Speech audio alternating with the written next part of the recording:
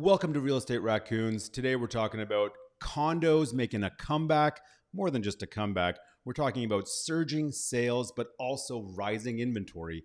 And that summer lull that I've been talking about might be upon us a lot sooner than we all expected. Why? You're going to have to keep listening to find out. But I suspect that in the next month or so, we're going to start seeing a serious slowdown in the number of big money sales and homes that are coming back to market after an unsuccessful attempt at generating a bidding war. I really feel like we're going to start seeing that stuff happen because, listen, hopefully you're not just watching this video. Hopefully you're actually clicking through. Sometimes I forget to put the link in YouTube, but most of the time I put it in there. But all you have to remember is the springteam.ca/blog. You'll always get the latest market update. I've got so many charts, actual numbers in there that go well beyond what we're talking about here. And what we're talking about is week 167, 167 weeks. Today is May the 16th from March of 2020 when I first started tracking the market weekly, which is the most important way to track the market. Even if you're not actively a buyer or a seller right now, like I said in last week's video, if you hear an agent talking about a market report and it starts with, and the April numbers are out and it's a week into May, you know that what you're about to hear doesn't really have much value if you're actively trying to figure out what's going on right now. Things are changing so fast. If you're not tracking it weekly, and if you're not drilling down into the very specific markets that you're looking at weekly, you are going to miss the boat and you're not going to be as successful as you could be if you're a buyer on offer nights, or if you're a seller on pricing your property, that you could be if you were paying attention to a weekly report. So hopefully this is doing that for you. I'm getting a lot of feedback lately, which is awesome because I was getting kind of worried a few weeks ago because I wasn't really hearing much from people. But it's been nice to hear the feedback from folks. And it's nice to be back in the raccoon den. I've been away for a little while. We got Matthew from the team got married in Italy at the end of April. And then Mila, basically our first and second born, the core of the spring team, got married back to back. We went to Italy, went to Mexico, and it was a beautiful thing. But now we're back here talking about the market. But let's get into it real quick. We've got house sales right now are up 37.8% from the beginning of April when inventories started to add on. So we're at about 6 weeks or so of listings consistently adding on for houses to the point where we're almost at 500 houses for sale in the urban markets. Now, that might not sound like a lot, but when we were in the high 300s back in early April is when I started really talking about people, okay, you need to get to market now if you want to take advantage of what's going on out there. And those that listened were really doing well. And don't get it twisted, like houses are still selling amazingly today. There's just a lot more for buyers to choose from than there were a couple of weeks ago, even because the last 2 weeks, maybe 3 weeks, and you can always, I've hyperlinked the September 4 market report in the first paragraph of the report when you go to it, but you can look at every single one for the past 167 weeks. I am launching a new version of the website in about a day, which will make it easier to navigate the previous market reports. But anyway, what was I even saying? Oh yes, so of course we've got 500 listings, but when we were at the high 300s, that's when really things were scarce and buyers were having to make really huge offers, and they're still making huge offers. However, there's more for them to choose from. I think that's where I left off before I got distracted. There is way more for a buyer to choose from right now. But that doesn't mean that there isn't competition on offer nights. There's just a little bit less competition because that attention is being spread across more properties. And this is not a surprise, guys. Like, this happens every single year. People start hearing about the market doing well. They start thinking about selling. And by the time all the decision makers come together and the staging and the prepping and all that stuff happens, like, there's time. So I appreciate that you can't go from where you are right now to market like that if you haven't even thought about it. But, with our team, we can get your house from the way it looks right now, no matter how disastrous you might think it is, to market within 7 days. All the packing, all the moving out, and all the things can happen very quickly with us. And most other teams are able to do something similar, but, not as tight as us, obviously. But anyway, so the housing market in general, with houses and condos, is moving along very strongly. Condos are doing way better now than they were even a few months ago. You can see like big condo sales happening week after week, competition adding on week after week after week. There's a lot happening in the condo world that I don't think a lot of people are quite aware of yet. Even though listings are up, looking back to February, we're up in terms of sales activity for condos almost 80% from February, and a smaller amount from April. But we've seen a huge swing of buyers head into the condo market, especially after March when prices started to increase again after some positive rate news from the Bank of Canada. And we'll talk about some rate information and some inflation stuff after my opening here. But really, condos are doing very well right now. If you can get yourself to market, if you need to sell, now is the time to do it. Again, I think condos will kind of push along a little bit further than houses. Houses should start to lull in about a month. Normally, this would happen in July and August, but I think June's going to be the month when things slow down for houses. Because listen, there's a chance the Bank of Canada might increase rates on January the 7th. I don't think that's going to happen. I really don't.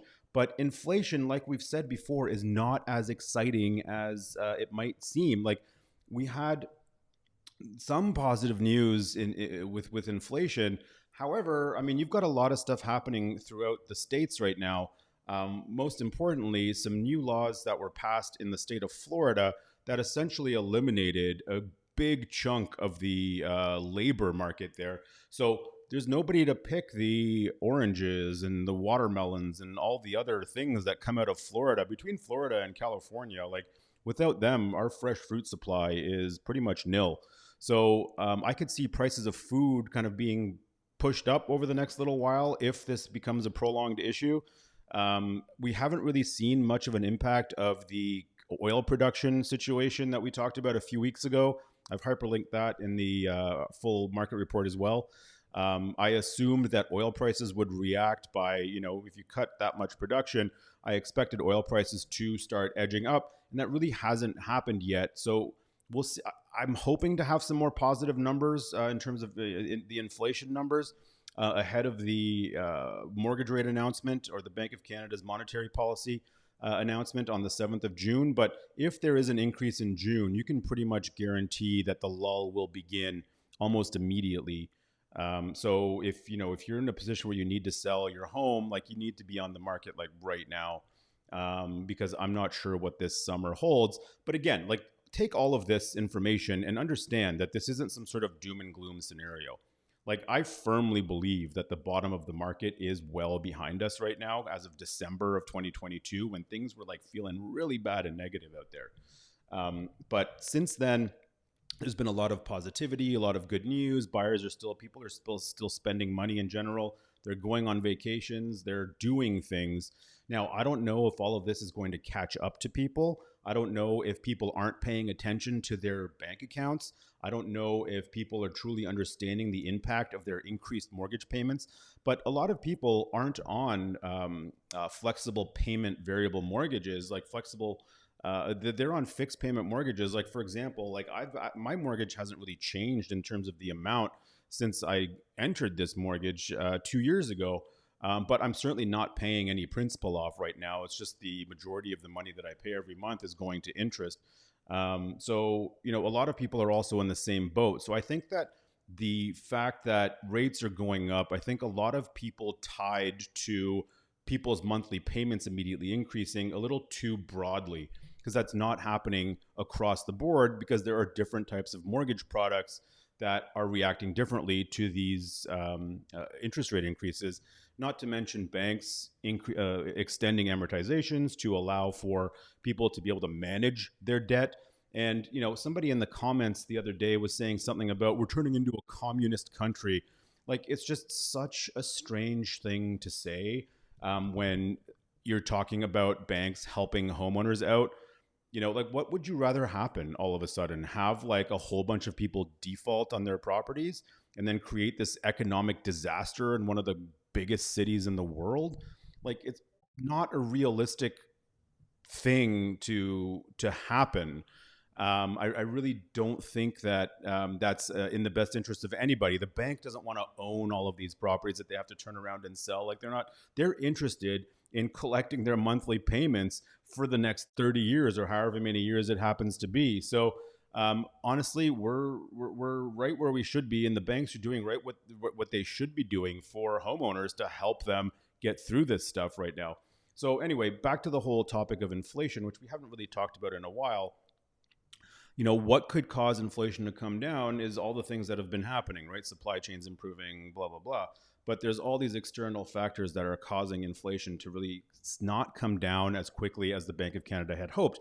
And finally, there was a Financial Post article this week that I read that finally has the Bank of Canada admitting that their 2% target by now is a little bit aggressive considering where we are.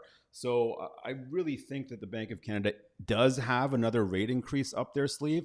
I just don't know if it's June, but we'll see when that actually comes out. And, obviously we'll talk about it then, but you better believe if it happens in June, it's going to put a stop to the insanity that's in the market today. And I don't normally use words like insanity to like add to the drama of things, but it is like it's a more aggressive market than anybody had thought it would be at this point after what we've gone through.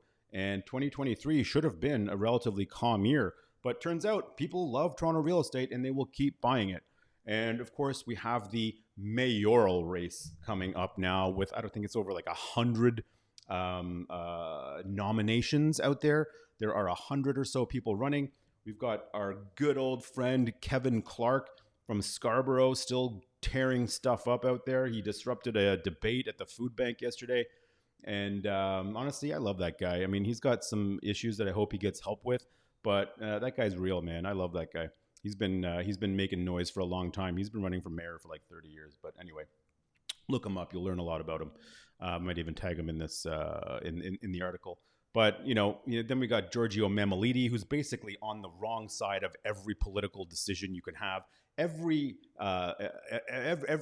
one of his thoughts are completely backwards, and it's like he doesn't even have a brain between his ears. It's absolutely hilarious watching his TikTok videos going around town, standing in front of a tipped over mailbox as if that tipped over mailbox represents the Gotham City he's trying to portray Toronto as. Like, how dumb does he think Torontonians are? I'm sure there are some people dumb enough to vote for a Giorgio Mammoliti thinking he's going to help you, but he is the absolute worst thing when it comes to municipal politics. Like, he is maybe fine as a local councillor because he can only cause so much damage in that scenario, but he's not a big enough thinker to be the mayor of Toronto. Neither is this Chris Sky guy who's too busy making tinfoil hats to do anything meaningful. But honestly, John Tory's not even running, and he's kind of leading in the polls right now, which is kind of scary considering he's not even running. Olivia Chow is most likely going to be our next mayor. I don't know what you think about that or not, but get ready for more bike lanes and other things like that, which, I'm all for bike lanes, to be honest with you, but I think there's got to be a way to remove those things in the wintertime to improve the flow of traffic. Because like the amount of times I'm sitting on a road in the wintertime with this blocked off bike lane, like it's the most infuriating thing. Like, anyway, that's a whole different topic altogether. But going back to the market, there's a lot of stuff going on out there. I think that a lot of people aren't paying attention to what's really happening in the market. I think that if you are spending big money right now, just like I've said during COVID and towards the end of COVID, like now is not the time to go fully max out balls to the wall on your mortgage. You need to pull back a little bit and buy well within your means. I mean, I can't believe I'm even saying this because I'm the captain of living beyond my means. But this is something that I'm taking very seriously right now because I think there was a lot of people thinking that everything is just over, everything is all behind us. But this inflation stuff that's coming out in the next few months is going to be very different. And, there is going to be some sort of rate hike. There's going to be some sort of market lull. We just have to see how sellers are going to react to it this time around. And this will be a true indicator of whether people are really underwater or not. And so far, from the conversations that I'm having from people, I firmly believe that most people are selling because they see it as an opportunity to get out and move up or move out or do something, not because they can no longer afford their property. There are landlords that are seriously underwater right now, not underwater, but they're seriously in a negative cash flow position every month because of their increased payments. So some of those guys have been selling, which will be and is contributing to the condo supply. but we don't really see those investment properties in the freehold market selling as frequently as the condo market right now.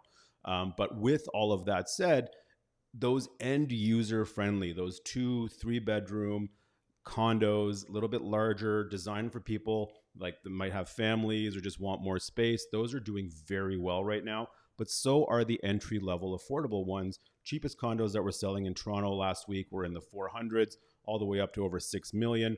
The cheapest house that sold last week was about $820,000, and it was turnkey and fully livable, all the way up to 16 million in the Rosedale area. So, and average days on market is actually coming down right now, but we should start to see the average days on market increase as houses sit a little bit longer on the market when people don't quite get what they want on the offer night and relist at that higher price and then sell a few days later.